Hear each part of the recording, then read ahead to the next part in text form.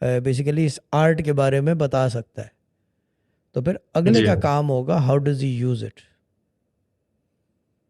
मगर सही। एक बात कंफर्म है कि गलत इस्तेमाल नहीं हो सकता, हम्म।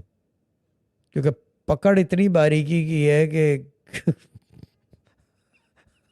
गलती कोई करे भुगते कोई, है ना। भुगते कोई, सही बात है, ये बड़ा एक ये बड़ा चक्कर है कि ये कंट्रोल है ना।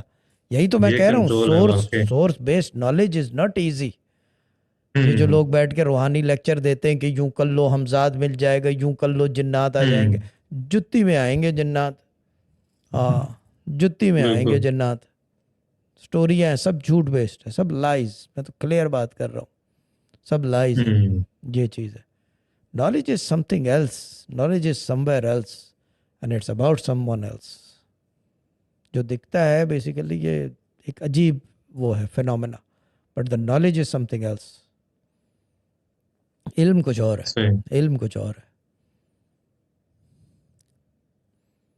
ये चीज़ है ना। ठीक। मगर ये इसके अब देखेंगे ना, फ्राइडे को पता चलेगा। जी हाँ। फ्राइडे को तो वो होगा, क्या कहते हैं उसको, इंट्रोडक्टरी इंट्रोडक्ट